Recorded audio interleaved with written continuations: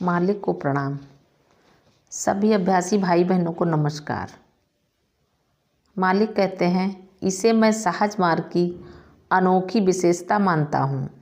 हालांकि सफाई का ये विचार धार्मिक पद्धतियों के लिए नया नहीं है, लेकिन मेरे ख्याल से ये सिर्फ ऊपरी तौर पर शारीरिक और किसी हद तक मानसिक सफाई तक ही सीमित होकर रह गया है। इससे ज़्यादा या इससे गहराई तक नहीं पहुंच पाया है। यही कारण है कि मंदिर और गिरजाघरों के परंपरागत विधि विधान केवल एक प्रथा बनकर रह गए हैं। इसलिए वहाँ से होकर आने के बाद हमें उस प्रसन्नता, उस उल्लास और उस हल्केपन की अनुभूति नहीं होती, जैसी हर अभ्यासी सफाई का अभ्यास करने के बाद महसूस करता है। उम्मीद है आप सबने इसका अनुभव किया होगा। तो धार्मिक कर्मकांड और मालिक द्वारा बताई गई आध्यात्मिक सफाई की प्रक्रिया में जो असाधारण फर्क है वह है ये उल्लास, ये हल्कापन। एक तरह से बाबूजी के इस कथन का यही आशय है। हम प्रकाश लाइट देखते नहीं, बल्कि हल्कापन लाइट महसूस करते हैं। और हल्केपन की यह अनुभूति क्यों होती है, इसका मूल कारण है संस्कार के बोझ का कम होना। मैं एक बार फिर से दोहराना चाहूँगा कि आध्यात्मिक विकास का 90% हमें सफाई के द्वारा हासिल होता है। दुनिया के किसी कोने में अगर किसी अभ्यासी की तरक्की नहीं होती तो उसका कारण हमेशा एक ही होता है, उसका सफाई न करना। बाबूजी महाराज ने कहा है कि पुरानी प्रवृत्तियों के रहते हुए प्राणहुति ग्रहण करने पर हमारी वे प्रवृत्तियाँ और ज़्यादा प्रबल हो जाती हैं। उन्होंने बहुत स्पष्ट शब्दों में कहा है, अगर किसी चोर को प्राणहुति दी जाए तो वह पक्का चोर बन जाएगा। इसलिए मुझे हमेशा लगता है कि सफाई के बिना प्राणहुति अधिक कारगर सिद्ध नहीं होती, या कम से कम हमारी मनचाही दिशा में ज़्यादा कुछ हासिल नहीं करा पाती। यही कारण है कि मैं साधना की इस मूलभूत और सबसे महत्वपूर्ण आवश्यकता सफाई की प्रक्रिया पर हमेशा जोर दिया करता हूँ। अभ्यासियों को भी इसलिए सलाह दी जाती है कि अगर कभी वे ध्यान न कर पाएँ फिर भी शाम की सफाई अवश्य करें, क्योंकि इससे हमारा हृदय रूपी पात्र प्राणहुति ग्रहण करने के लिए निर्मल बना रहता है। सफाई का यह सबसे बड़ा फायदा है। इसलिए भले ही हम दूसरी चीज़ों की उपेक्षा कर दें, परंतु सफाई की उपेक्षा किसी भी हालत में नहीं करनी चाहिए। सोते समय की प्रार्थना के बारे में समझ लीजिए कि यह हमारी पद्धति का एक विशेष पहलू है। प्रार्थना को 2-3 बार मन ही मन में दोहराएं और उसके अर्थ पर मनन करने से प्रार्थना के अर्थ के विभिन्न पहलू हमारे सामने खुलने लगते हैं। प्रार्थना का अर्थ केवल वही नहीं रह जाता जो हमें पहली बार पढ़ने से लगता है। अक्सर नए अभ्यासी सवाल करते हैं, प्रार्थना में हे नाथ का संबोधन किसके लिए किया जाता है? नाथ कौन है? क्योंकि बाबूजी ने सत्य का उदय और ऋतुवाणी, रामचंद्र की संपूर्ण कृतियाँ भाग 1 एवं 2 में लिखा है, ईश्वर की वास्तविक गुरु नाथ है। फिर आप कहते हैं बाबूजी मेरे गुरु हैं। साथ ही आप ये भी कहते हैं कि बाबूजी के गुरु लाला जी थे भगवान के लिए। क्या आप मेरी ये दुविधा दूर करेंगे? गुरु कौन है? इस भ्रम को दूर करने का सबसे आसान तरीका है रात में सोते समय इस प्रार्थना पर मनन करना। प्रार्थना पर मनन करने का यह पहलू हमें बिना वजह नहीं दिया गया है। रात में प्रार्थना के भाव पर मनन करके सोने से दूसरे दिन सुबह तक हमारे अवचेतन मन में मालिक की याद निरंतर बनी रहती है। ठीक है, यह एक पहलू है। दूसरा पहलू ये है कि हम दिव्यता के ख्याल में सोते हैं। इसकी मदद से हमें आराम की गहरी नींद आती है और किसी तरह के सपने नहीं आते। लेकिन क्या यही सब कुछ है? प्रार्थना पर मनन करने से जब तक उसके अनेक पहलू मेरे सामने खुलने नहीं लगे, मैं भी ऐसा ही समझा करता था। इसकी तुलना पुराने ज़माने में करीब 50-60 साल पहले भारतीय समाज में प्रचलित बाल विवाह की प्रथा से की जा सकती है। 8-10 साल के लड़के की शादी 3-4 साल की लड़की से कर देने का चलन था। यह एक खेल जैसा था। ऐसा लगता था मानो 8-10 साल से भी कम उम्र के बच्चे शादी रचाने का खेल खेल रहे हों।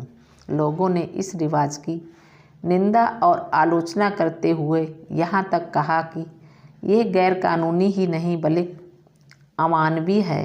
मैं भी ऐसा ही सोचा करता था।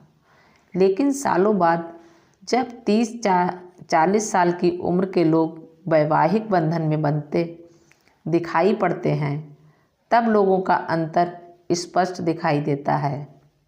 बाल विवाह का सबसे बड़ा फायदा था कि दोनों बचपन से ही साथ साथ बड़े होते थे। उनके वैवाहिक जीवन की शुरुआत चाहे बिल्कुल खेल की तरह क्यों न होती हो, लेकिन अंत में वह एक दूसरे के प्रति आदर और गहरे प्रेम में बदल जाता था। मैं पूरे भरोसे के साथ कह सकता हूँ कि आधुनिक विवाह में वह आदर और प्रेम कहीं नज़र नहीं आता। इसका एकमात्र कारण था बचपन की मासूम उम्र से उनका साथ साथ बड़े होना, उनके लिए एक दूसरे को समझना, एक दूसरे के गुणों की सराहना करना और आपसी मतभेद को नज़रअंदाज करना आसान होता था। और जब वे इतने बड़े हो जाते कि प्यार का अर्थ समझ सकें तो एक दूसरे से प्यार करने लगते थे। उनका यह प्यार 10-12 साल की घनिष्ठता की मजबूत बुनियाद पर विकसित होता था। बाल विवाह के ये अपने फायदे थे। अब आध्यात्मिकता और बाल विवाह में क्या समानता है? दरअसल हमें यहाँ भी परम ब्रह्म के साथ अपने संपर्क का दावा करने वाला इंसान मिलता है, जो हमसे कहता है मैं अपने उस संपर्क की मदद से तुम्हारा संपर्क भी उसी परम ब्रह्म से जोड़ सकता हूँ। बस मुझ पर थोड़ा भरोसा करके तुम ये साधना शुरू कर लो। यहाँ ध्यान देने की बात है कि करीब करीब हम सबकी आध्यात्मिक यात्रा मालिक को सिर्फ इंसान मानकर शुरू होती है। शुरू में हम उन्हें केवल आम इंसान के रूप में देख पाते हैं। यूरोप के रहन सहन के हिसाब से असभ्य, अजीब वेशभूषा, खान पान और तौर तरीके वाला एक अनपढ़ हिंदुस्तानी, लेकिन इन सब के बावजूद दिल जीत लेने वाला इंसान। तो बाबूजी पहली बार ऐसे अजीबोगरीब इंसान के रूप में यूरोप आए थे।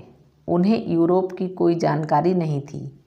वैसे तो मुंबई के बारे में भी उन्हें कोई खास जानकारी नहीं थी, लेकिन देखिए उनकी मौजूदगी ने यहाँ क्या कर दिखाया है। जब पहली बार सन 1972 में बाबूजी यहाँ आए थे तो मुश्किल से सारे यूरोप में 11-12 अभ्यासी रहे होंगे। आज वे सारे यूरोप वासियों के चहेते बन गए हैं। केवल अभ्यासियों के ही नहीं बल्कि उनके भी जो अभी भी दुविधा के दोराहे पर खड़े सोच रहे हैं कि इस मार्ग का अनुसरण करें या न करें, क्योंकि उनके संपर्क में आने वाला हर इंसान, चाहे उसने साधना पद्धति अपनाई हो या नहीं, उनके संदेश स्वीकार किए हों या नहीं, उनके बताए आध्यात्मिक मार्ग पर चलने के लिए तैयार रहे हों या नहीं, उनका सम्मान और उनसे प्यार किए बिना नहीं रह सका।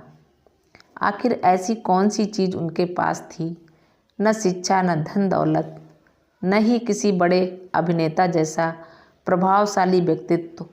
वे तो बहुत ही सीधे साधे, विनम्र, शर्मीले और दब्बू किस्म के इंसान थे।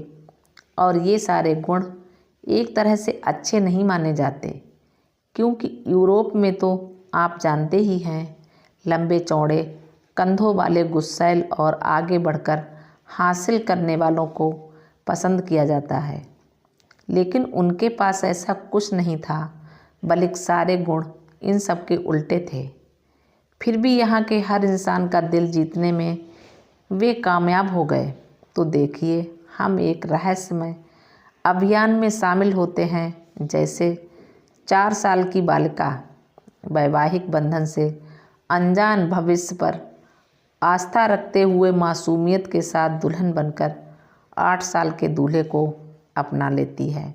वैसे ही शुरू में सही निर्णय लेकर गुण दोष की छानबीन किए बिना उनकी सारी कमियों के साथ अगर हम उन्हें अपना ले, तब हमारे सामने प्रकृति का ये रहस्य उजागर होता है कि जिस इंसान के साथ हम जुड़े थे वह दिन ब दिन हमारा चहेता बनता जाता है, ज़्यादा श्रद्धेय बन जाता है।